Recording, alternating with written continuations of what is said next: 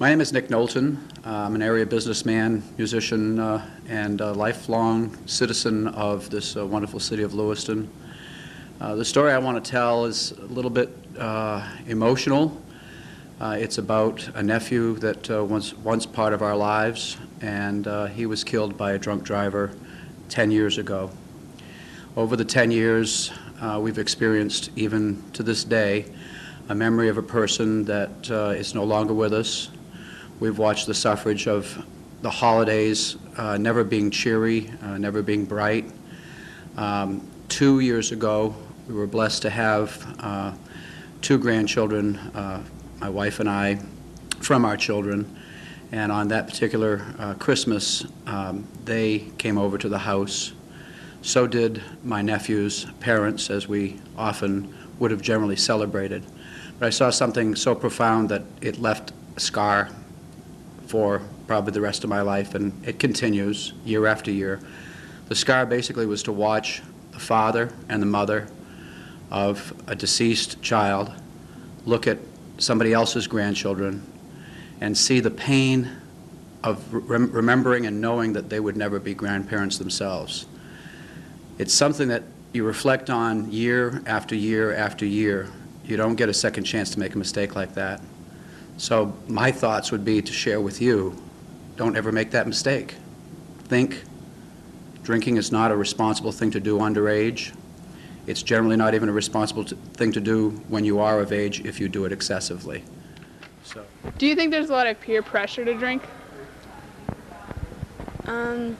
Well, I've known friends that wanted to drink, and that it's kind of been pressure, put pressure on me to do it, but I don't hang out with them anymore, but I do think that friends can be an influence on that. Yeah, I agree. I don't think the peer pressure is too bad, but it's definitely something that's encouraged. Everyone would be like, yeah, you should come drink with us, but I don't think there's really too much aggressive pressure to drinking.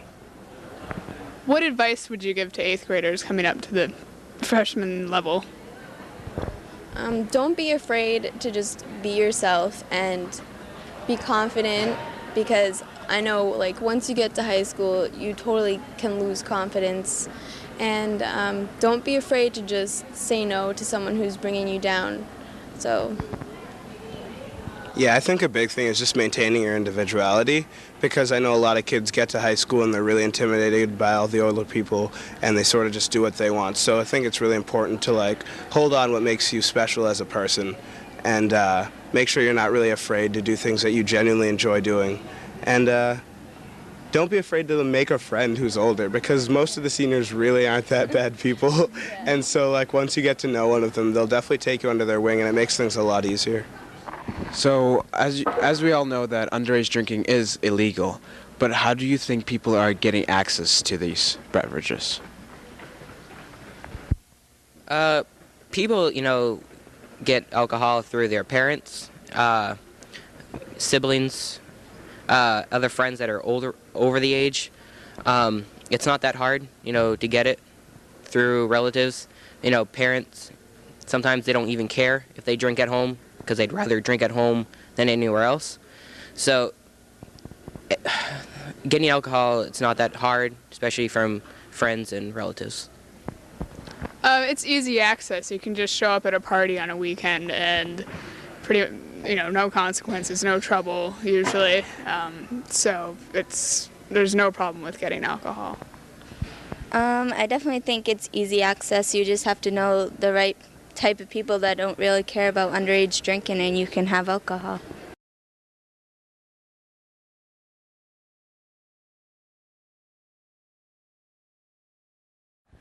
Why do you think kids drink? I think some of them drink because they think, oh, that's how everyone's going to accept me, but it's not. Other kids might drink because they see their parents do it. They're like, oh, my parents are drinking, so I think I can drink too, because whatever my parents do is the right thing. But there's drinking age laws and everything because it's for your safety, and you shouldn't do it.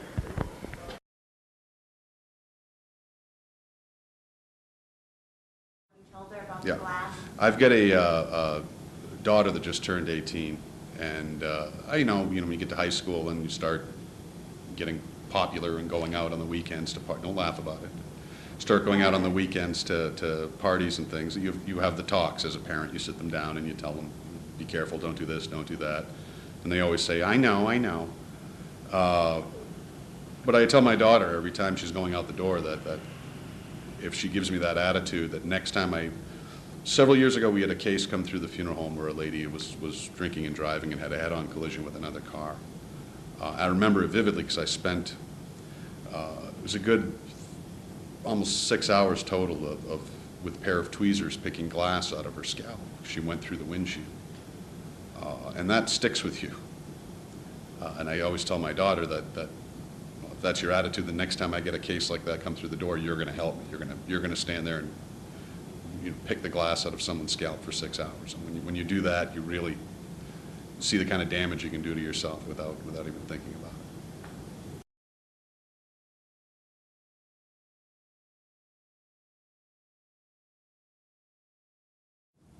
it. Is there a lot of pressure to drink?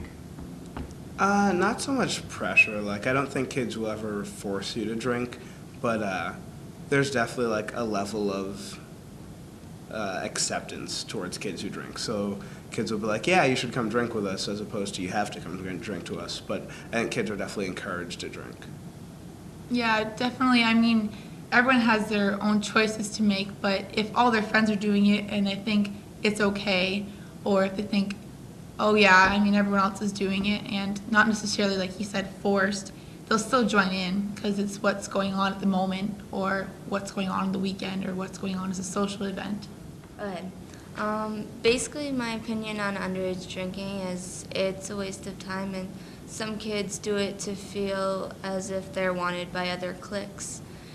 And sometimes they're pressured into drinking by older kids in the high school, but if you really just come into high school as a freshman and be yourself, you really don't got to worry about that much peer pressure. Because I'm a freshman, and basically I've never been peer pressured to drink by anybody, and I have a brother that's a senior too. Sometimes kids believe that drinking will help their problems, but it really doesn't. It just makes things worse for them.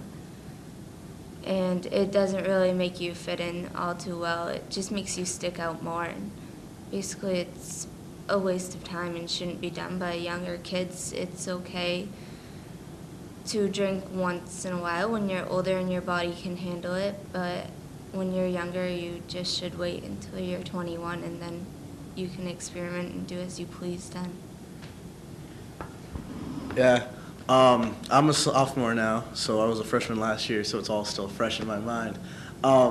But like when you come into high school, you feel like, oh, I'm gonna need to fit in with someone, so I'm gonna need to change myself. But you don't really need to do that. Like what I did, I just was myself, and I had fun, and most of my friends came with me from the middle school. I met some new friends, and we just hang out. We don't have to drink to have fun. I'm goofy enough as it is when I'm sober. I don't need to get drunk. So yeah, I know how to have fun with my friends and not get drunk at the same time. It's not something you need to do to fit in. Having gone to parties with alcohol involved, how do young people act? A lot of them are completely out of their normal character, where we would have maybe some positive contacts with these kids, maybe at the school setting or at a school function, and now we find them in a situation where they're impaired and their ability is diminished, and where we would otherwise be having a contact with a kid that's usually pretty polite. Sometimes we find them to be rude or sick or scared. There's a lot of different emotions that are going on because of the alcohol. What is the punishment for underage drinking, and also for the parents that host parties? Well, for the parents, we just recently at a party